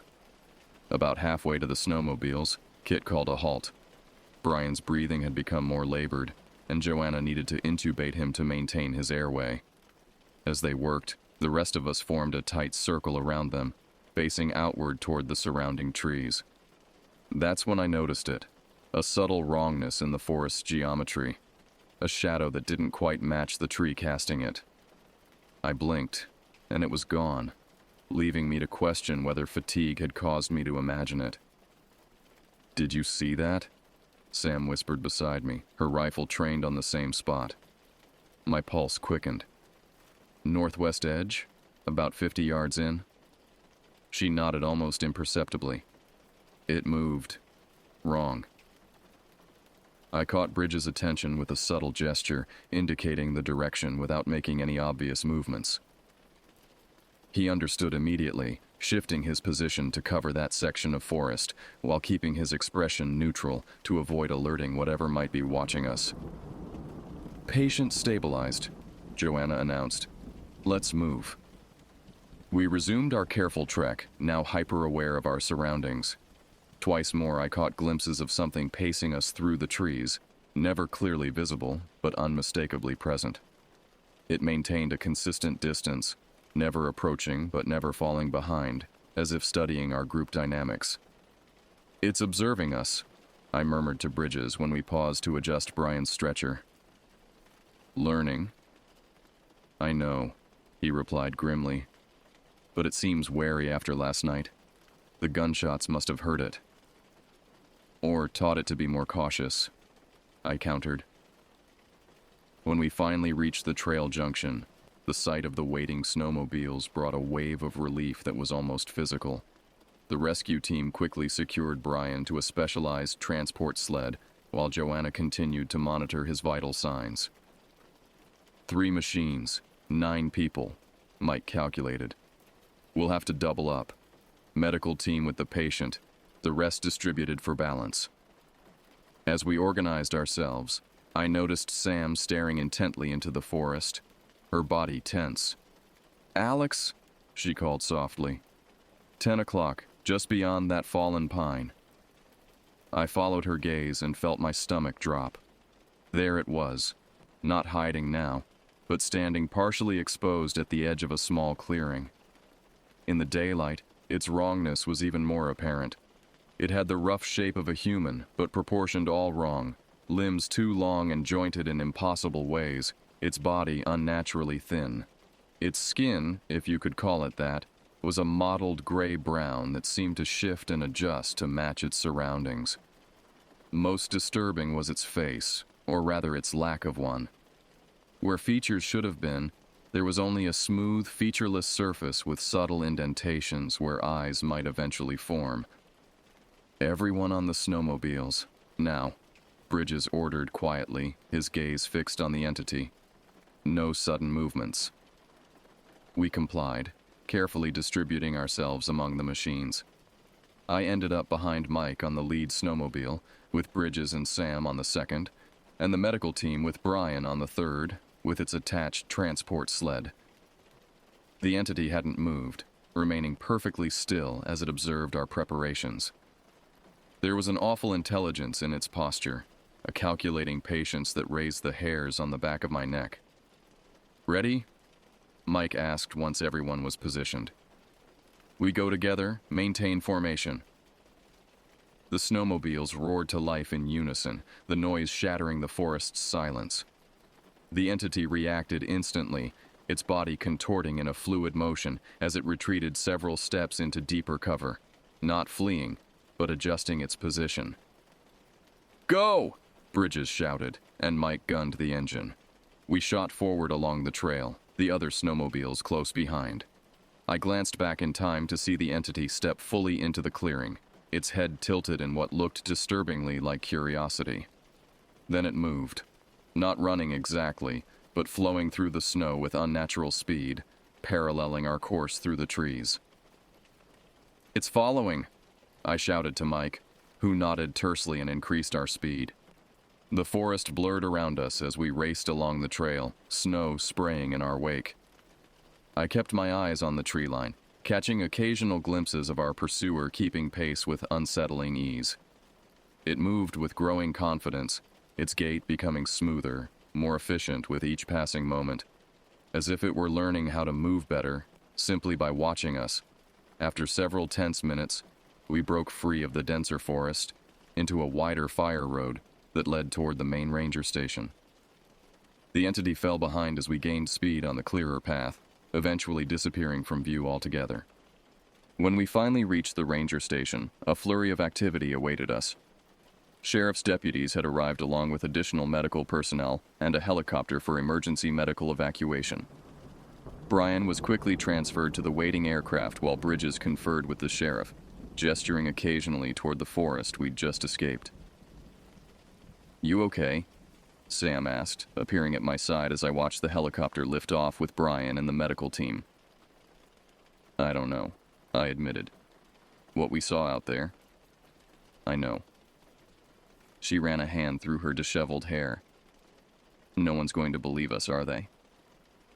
Before I could respond, Bridges called us over to where he stood with Sheriff Morales, a stocky man with a perpetually serious expression. "I need your statements," Morales said without preamble. "All of you. Separately." The next few hours passed in a blur of debriefings, medical checks, and paperwork. I described what we'd encountered as accurately as possible, though I could see the skepticism in Morales' eyes as I detailed the entity's appearance and behavior.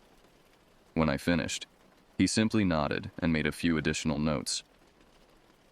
"We'll be sending a team to investigate the cabin and surrounding area," he informed me. "Forest Service is closing that section of the park pending our findings." "Sheriff," I said as he prepared to leave, "whatever's out there, it's dangerous in ways we don't understand yet." Morales paused, studying me for a moment. "We'll handle it, Reeves. Wildlife experts are being consulted. If there's a predator in those woods, we'll find it." But as he walked away, I knew he hadn't really understood. He was looking for a known quantity, a bear, a mountain lion, maybe even a human assailant. Not something that defied categorization, something that learned and adapted with frightening speed. Late that afternoon, we received word that Brian had been stabilized at the regional hospital. His prognosis remained uncertain. Extensive blood loss, trauma, and the strange infections developing in his wounds created a complex medical challenge. The doctors were particularly puzzled by the systematic nature of his injuries, which one surgeon described as almost surgical in precision. That evening, the four of us, Bridges, Kit, Sam, and myself, gathered in a quiet corner of the ranger station break room, nursing cups of coffee and processing the events of the past 24 hours. "The sheriff thinks it was a bear," Sam said, breaking the silence. "I overheard him talking to his deputies. They're organizing a hunt." "They won't find a bear," Kit replied quietly. "Or any animal we've classified." Bridges stared into his coffee cup. "I've put in requests for trail cameras throughout that section of the forest. If it's still out there, we might get something on film." "And then what?" I asked. "What if we do capture an image of it? Who do we even report that to?" No one had an answer. We sat in contemplative silence until Bridges' phone rang. He stepped away to take the call, returning a few minutes later with a grim expression. "That was the hospital," he informed us. "Brian's awake. He's asking to speak with us, specifically the team that found him. Says it's urgent." We drove to the hospital in Bridges' SUV, the tension in the vehicle palpable. None of us knew what to expect, but Brian's insistence on speaking with us suggested he had information he hadn't been able to share before. The hospital was a modern facility at the edge of town, its windows glowing warmly against the gathering dusk. We were directed to the ICU, where a doctor met us outside Brian's room. "He's still in critical condition," she warned us. "His vital signs are stabilizing, but he's extremely weak. Keep it brief." Brian lay surrounded by monitors and IV lines, his skin almost as white as the sheets covering him. The systematic cuts that covered his body were now hidden beneath bandages, but the memory of their precise pattern remained vivid in my mind. His eyes opened as we entered, bright with fever, but lucid. "You came," he whispered, his voice barely audible. "We're here, Brian," Bridges assured him, moving closer to the bed. "The doctor says we can't stay long." Brian nodded weakly. "Need to tell you what I learned." He paused, gathering strength. "It's been in these woods for months, watching, learning." "What is it?" Kid asked gently. "Where did it come from?" "Don't know origin," Brian replied. "But I know purpose. It told me, while it worked." A chill ran through me. "It spoke to you?" "Not at first. It learned language. From watching campers. From my screams." His breathing hitched, and one of the monitors beeped in response.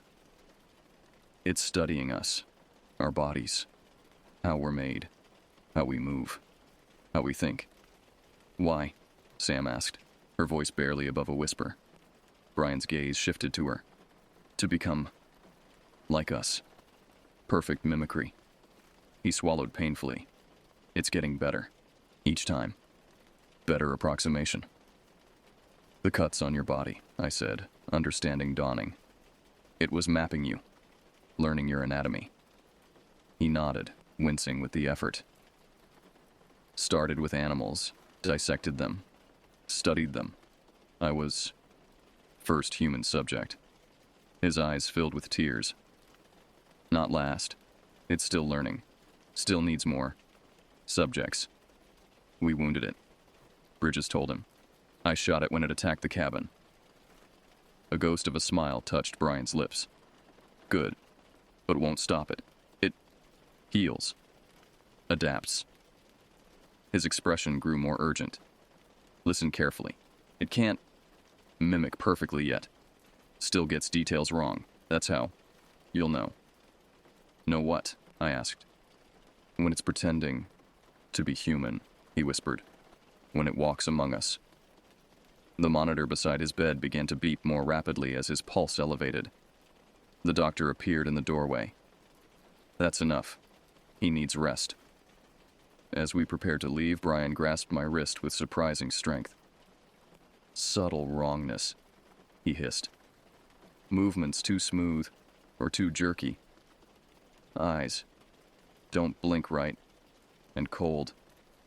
Always cold to touch." The doctor ushered us out as nurses moved in to stabilize Brian. We stood in the hallway processing his warnings. "He's been through severe trauma," Kit said after a moment. "Fever, shock, medication, all could contribute to delusions or hallucinations." "You saw that thing," Sam countered. "We all did. It wasn't human." "But becoming human," Bridges mused. "That's a significant leap from what we observed." I remained silent, recalling the entity's behavior, its rapid learning, its systematic approach, the way it had studied our movements and attempted to mimic human speech. Brian's warning resonated with a terrible logic. As we left the hospital, the sun had fully set, casting the surrounding forest into impenetrable darkness. I found myself studying the shadows between streetlights, suddenly hyper-aware of every oddly shaped silhouette. "What now?" Sam asked as we reached Bridges' SUV. Bridges considered for a moment. "We report everything to Forest Service headquarters, request additional resources for the investigation, and we warn our teams to be extremely cautious in that section of the forest. Will that be enough?" I pressed. "It has to be," he replied, though his expression betrayed his doubt. "Until we have concrete evidence of whatever this is, Our options are limited. As we drove back to the ranger station, I stared out at the dark mass of the forest that surrounded our town. Somewhere in those trees, something was watching, learning, becoming. And I couldn't shake the feeling that our encounter was just the beginning of a much larger and more terrifying story. 2 weeks passed since our encounter in the forest. Brian Vasquez remained hospitalized, his condition slowly improving, though the doctors remained puzzled by the unusual healing patterns of his wounds. The sheriff's department conducted their investigation, finding nothing more than some unusual tracks that they attributed to a previously undocumented predator, possibly a bear with deformities. The case was left open but inactive. For those of us who had been there, however, life had irrevocably changed. I found myself unable to look at the forest the same way. During routine patrols, I'd catch myself scanning the trees for unnatural movements, for shadows that didn't quite match their surroundings. Sleep became elusive, punctuated by dreams of elongated limbs and methodical cuts. Bridges had ordered trail cameras installed throughout the eastern section of the forest, despite budget concerns from regional headquarters. So far, they had captured nothing unusual. Plenty of deer, the occasional bear or mountain lion, but nothing that matched what we had seen. The entity, it seemed, had either moved on or grown wise enough to avoid detection. Sam and I had taken to meeting for coffee before shifts, comparing notes and observations. Neither of us said it aloud, but I knew we both found comfort in confirming that the other still believed what we had witnessed. I checked on Brian yesterday, Sam told me during one such meeting, stirring her coffee absently. He's doing better physically, but he's different. Different how? I asked. She frowned, searching for the right words. Hypervigilant. He watches everyone who enters his room with this intense scrutiny. Keeps asking the nurses to move in certain ways, to speak certain phrases, like he's testing them. I understood immediately. He's looking for imposters, for signs that someone isn't who they appear to be. Exactly. She nodded. The doctors think it's PTSD or some form of trauma-induced paranoia, but you and I know better. I did know better, and that knowledge weighed heavily.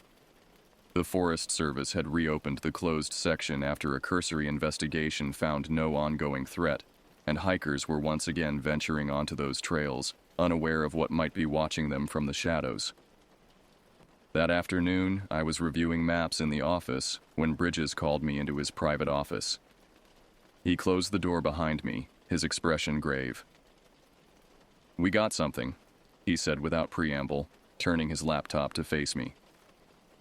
"From camera 7 near the ravine where we found Brian." The footage was grainy and dark, a night shot illuminated only by the camera's infrared capability. For several seconds, nothing moved in the frame. Then, at the edge of the camera's range, something tall and thin emerged from behind a tree. Its movements were too fluid, too precise, as it glided across the forest floor without disturbing a single branch. As it approached the camera, its features became clearer. The two long limbs, the disproportionate torso, the smooth, featureless face. But something had changed since we last saw it. Its shape was more refined, its proportions closer to human norm, though still unmistakably wrong. It paused directly before the camera, head tilting in that unsettling gesture of curiosity. Then slowly and deliberately, it raised a hand toward the lens. The fingers were too long, too jointed, but they moved with increasing dexterity as they reached out and the footage went dark. "It disabled the camera," Bridges said quietly. "Purposefully. It knew what the camera was," I realized. It understood it was being watched.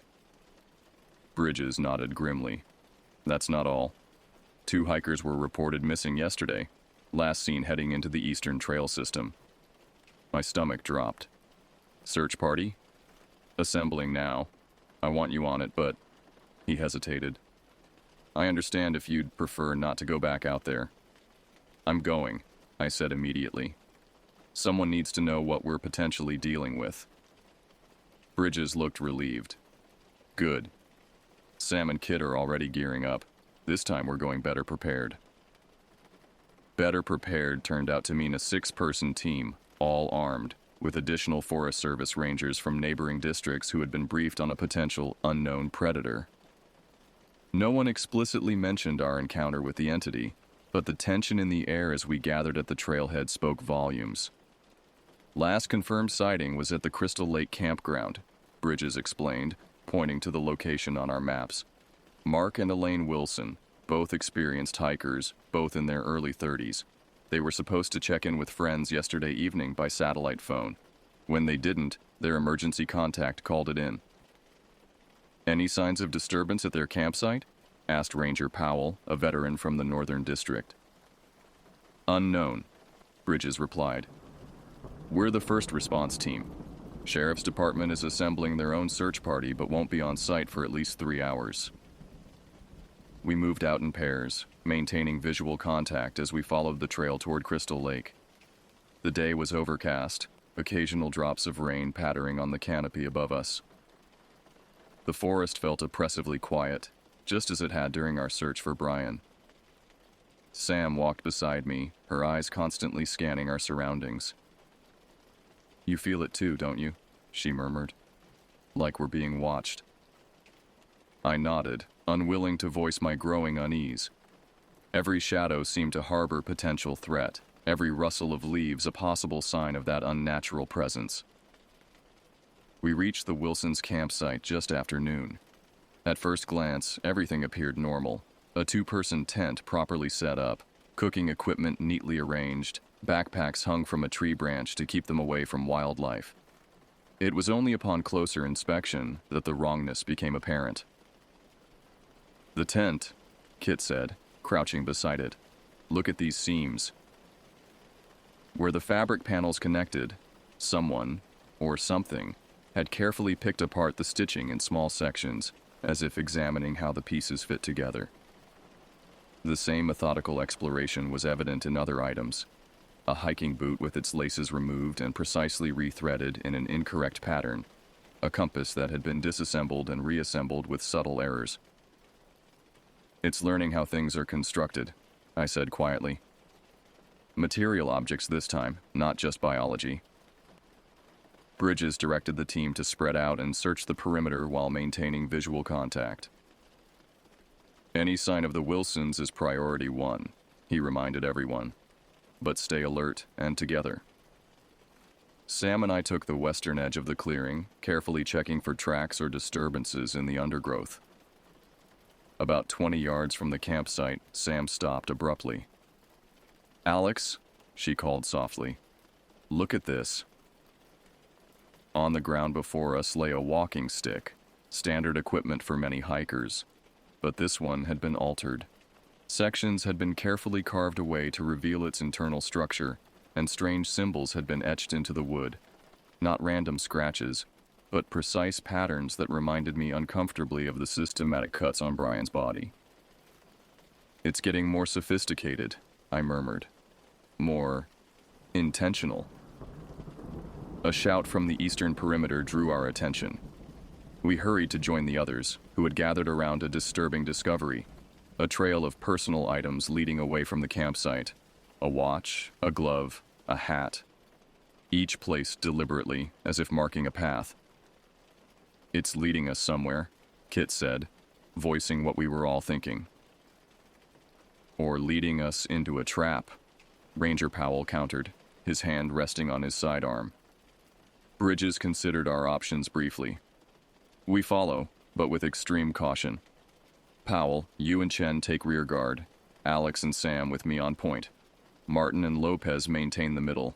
Radio contact continuous. We proceeded along the trail of items, each one placed just within sight of the last, creating an unmistakable path deeper into the forest. The items became increasingly personal, a wallet containing ID confirming it belonged to Mark Wilson, a necklace that presumably was Elaine's, a torn page from a journal. The path led us to a small ravine similar to where we had found Brian, But the scene that awaited us there was both better and worse than what I had feared. The Wilsons were alive, both of them, huddled together at the base of a large boulder. They appeared physically unharmed but deeply traumatized, their eyes wide with terror as we approached. "Forest Service search and rescue," Bridges called out, keeping his voice calm and steady. "Mark, Elaine, we're here to help you." Mark Wilson's head snapped up, his expression wild. "Stay back," he shouted. "It might look like you, but it's not you." We halted our approach, exchanging concerned glances. "Mr. Wilson," Bridges tried again. "We're real people here to bring you to safety. Can you tell us what happened?" Elaine whispered something to her husband, who kept his distrustful gaze fixed on us. "Prove it," he demanded. "Prove you're human." Kit stepped forward slowly. "We understand why you're afraid. Something found you in the woods, didn't it? Something that wasn't quite right?" The couple's reaction confirmed our suspicions. Elaine began to weep silently while Mark's face contorted with remembered horror. "It watched us," he said finally. "For hours. Just standing at the edge of our campsite. When I approached it, thinking it was a lost hiker, it changed, moved wrong, spoke with our voices, phrases it had heard us say to each other. It herded us here," Elaine added, her voice barely audible. "Not chasing, but manipulating our movements, blocking certain paths, leaving others open. It was studying our responses." "Did it hurt you?" Kit asked gently. Mark shook his head. "No, it just observed. Asked questions in this horrible approximation of human speech. Wanted to know how we worked, how we thought, how we felt fear." A cold weight settled in my stomach. The entity was evolving in its approach, no longer just dissecting to understand physical structure, but now studying emotional and psychological responses as well. "It's safe now," Bridges assured them. "We're going to get you out of here. Can you walk?" They nodded, though neither seemed eager to move from their position against the boulder. As Bridges and Kit approached to help them up, I scanned our surroundings, suddenly acutely aware that we might be being watched at that very moment. A flicker of movement caught my eye, something shifting behind a cluster of pines about 30 yards away. I turned slowly, careful not to make any sudden movements that might draw attention from the others. There it stood, more human-like than before, its proportions closer to normal, though still subtly wrong. It watched our rescue operation with that same tilted head posture of intense curiosity. As I stared, it became aware of my attention. For a long, terrible moment, we regarded each other across the distance. Then, with deliberate slowness, it raised a hand in what could only be described as a wave, a perfect mimicry of a human greeting gesture. The message was clear. I see you seeing me. I am learning. "Bridges," I called softly, not taking my eyes from the entity. 3 o'clock by the pine cluster. Bridges turned slowly, his hand moving to his weapon. The others followed his gaze, including the Wilsons, who shrank back in renewed terror. "Everyone stay calm," Bridges instructed. "Powell, Lopez, cover our retreat. The rest of you, get the Wilsons moving toward the trail. Slowly." As our group began to withdraw, the entity remained motionless, watching our coordinated movement with apparent fascination. It made no attempt to follow or intervene. Content, it seemed, to observe our response to its presence. We backed away carefully until the entity was no longer visible through the trees. Only then did we turn and move more quickly toward the main trail, supporting the Wilsons who, despite their lack of physical injuries, seemed drained of strength. The hike back to the trailhead passed in tense silence, broken only by necessary communication and the occasional sob from Elaine Wilson. We maintained formation around the couple, weapons ready, though no pursuit materialized. When we finally reached the vehicles, the sheriff's search party was just arriving. Bridges gave them a truncated version of events, emphasizing the presence of an unknown predator without elaborating on its nature. The Wilsons were transferred to an ambulance for evaluation, though they clung to each other and refused to be separated. As the area buzzed with activity, Sam pulled me aside. "It didn't attack them," she said quietly. "It could have, but it didn't." "Why?" I considered this. Brian said it was learning. Maybe physical dissection is only one way it gathers information. So now it's studying behavior, psychology, social dynamics? "It's evolving its approach," I replied grimly. "Getting more sophisticated in its information gathering." Our conversation was interrupted by Bridges, who gestured for us to join him by his vehicle, away from the others. The Wilsons gave a preliminary statement. He informed us in a low voice. They said the entity spoke to them, using phrases and words it had apparently learned from various sources. According to Mark, it asked questions about human relationships, emotions, how people make decisions under stress. "It's trying to understand how we think," Kit said, joining our huddle. "Not just how our bodies work, but our minds, too." "There's more," Bridges continued. "Elaine says it showed them something, a crude approximation of a human face it was developing. Asked them if it was correct. A chill ran through me. It's getting better at mimicry. And asking for feedback on its progress," Sam added, horror evident in her voice. Bridges looked at each of us in turn, his expression grave. "We need to bring this to the regional director. This goes beyond a standard predator situation." "Will they believe us?" Kit asked what we were all thinking. "Without concrete evidence, this sounds insane," I finished for him. "We need proof." "The trail camera footage," Sam suggested. Bridges nodded. "It's a start, and the Wilson statement, plus Brian's. It's thin, but it's something." As we dispersed to complete our duties, I found myself drawn to the edge of the parking area, staring back at the forest we had just emerged from. The trees stood silent and imposing, revealing nothing of what might lurk within their shadows. That night, I couldn't sleep. Images of the entity's wave, that deliberate, learned gesture of human acknowledgement, kept replaying in my mind. I tried to make sense of what we were dealing with, to fit it into some framework of understanding, but came up empty. Whatever this thing was, it existed outside our normal classifications of threat and danger. The next morning brought news that the regional director would be arriving to personally review our evidence and reports. The atmosphere at the ranger station was tense, a mix of anticipation and dread. Those who hadn't witnessed the entity firsthand remained skeptical, viewing our accounts with poorly concealed doubt. Director Hernandez arrived just before noon, a tall, no-nonsense woman with 3 decades of Forest Service experience. Bridges ushered her into the conference room where we had assembled our evidence.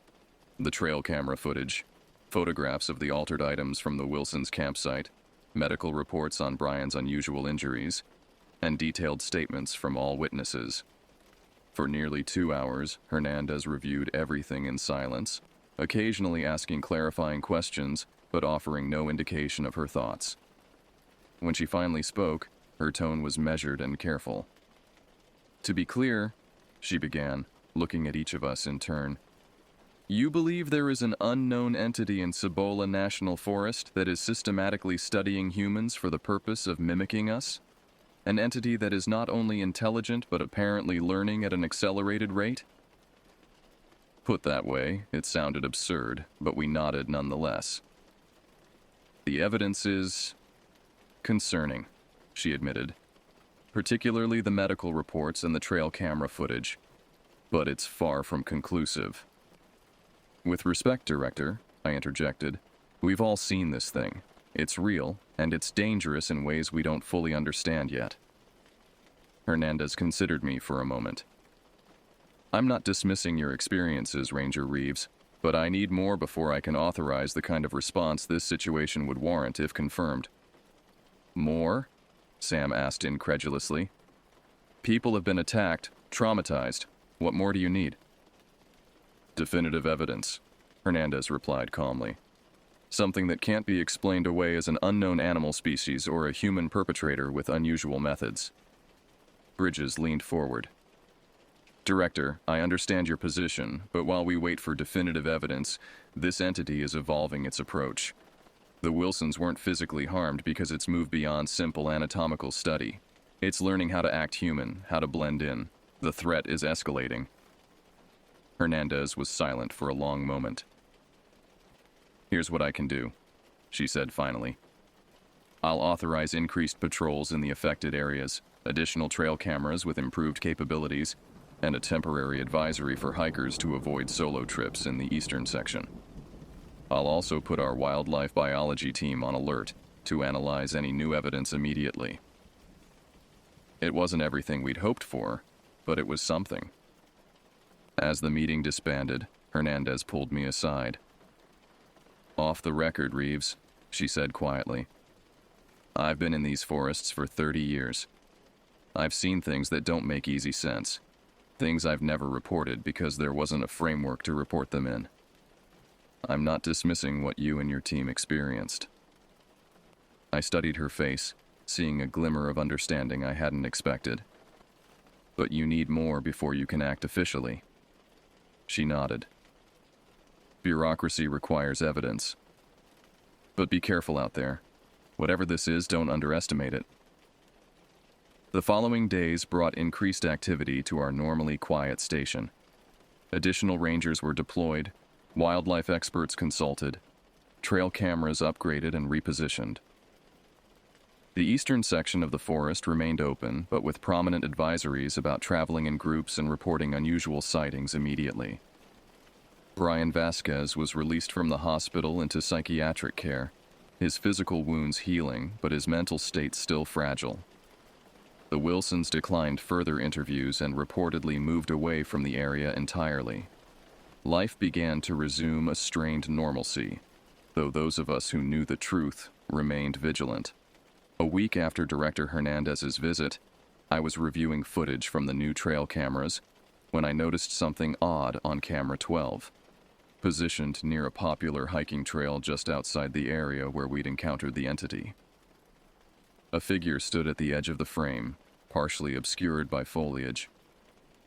At first glance, it appeared to be a normal hiker, but something about its posture caught my attention. I enhanced the image and felt my blood run cold. Though mostly concealed, what was visible of the figure showed subtle wrongness, proportions that were close to human but not quite right, movements that were too smooth as it observed passing hikers from its hidden vantage point. As I watched, a group of 3 hikers passed along the trail, unaware of the observer in the trees. The entity remained perfectly still until they had passed, then emerged slightly from cover to watch them continue down the path. Its mimicry had improved dramatically. From a distance and partially obscured, it could easily be mistaken for human. I immediately called Bridges, who arrived within minutes to review the footage. It's moving closer to populated areas, he observed grimly, testing its improved camouflage. We need to close that trail, I insisted. All the trails in that section. Bridges nodded. I'll call Hernandez. This might be the evidence she needs. But even as we acted, I couldn't shake the feeling that we were already behind in this deadly game of adaptation and evolution. The entity was learning, improving, advancing toward a goal we could only guess at. Each encounter revealed a creature more adept at approximating humanity. How long before its mimicry became perfect? How long before it could walk among us undetected, gathering information not from terrorized victims in the forest, but from casual conversations in town?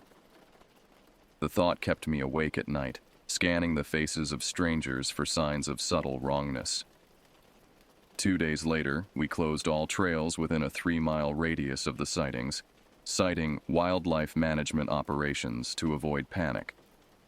Additional personnel were brought in, including experts from various fields who had been briefed on the situation. Camera coverage was expanded, and regular patrols established a perimeter around the affected area. And still, the entity remained one step ahead. Cameras would be found disabled or repositioned. Patrols would report strange sounds or glimpses of movement, but never make direct contact. It was learning our patterns, our methods, while we struggled to understand its basic nature. On a cold morning in late October, exactly 1 month after our first encounter with the entity, I joined a specialized team tasked with placing advanced monitoring equipment deeper in the forest. As we worked, the familiar feeling of being watched crept over me. I scanned the surrounding trees, seeing nothing out of place, yet unable to shake the sensation.